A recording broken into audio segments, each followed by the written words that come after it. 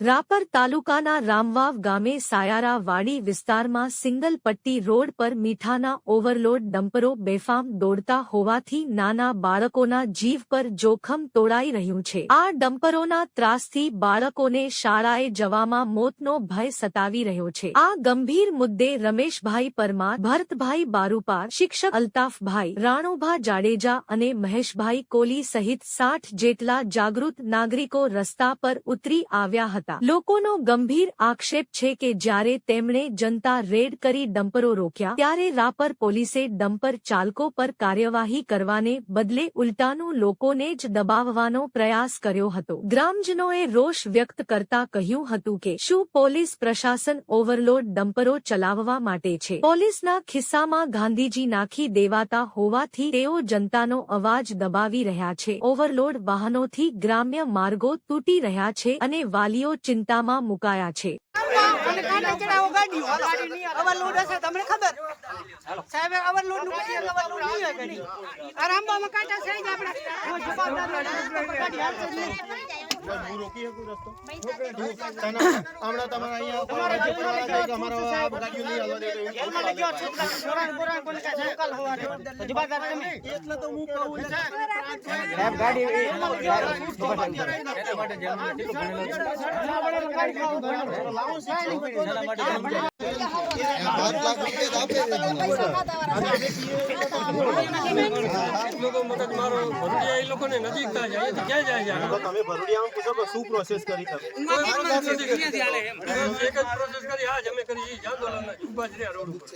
આંદોલન યોગ્ય જગ્યાએ રોડ ઉપર ઉભા રહીને કોઈ પ્રોસેસ નથી। આટલા ભેગા નથી ત્યાં બંધ છે।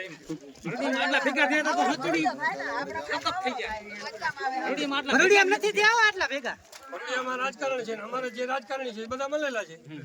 આમોના રાજકારણી બધા મળેલા છે। જો આટકા દેલ તમે અહીંયા જેને ગુઆ સેવા નથી કરતા। આ હકીકત છે, હકીકત છે। માનો સાંભળો તમને હકીકતમાં ફોટો નથી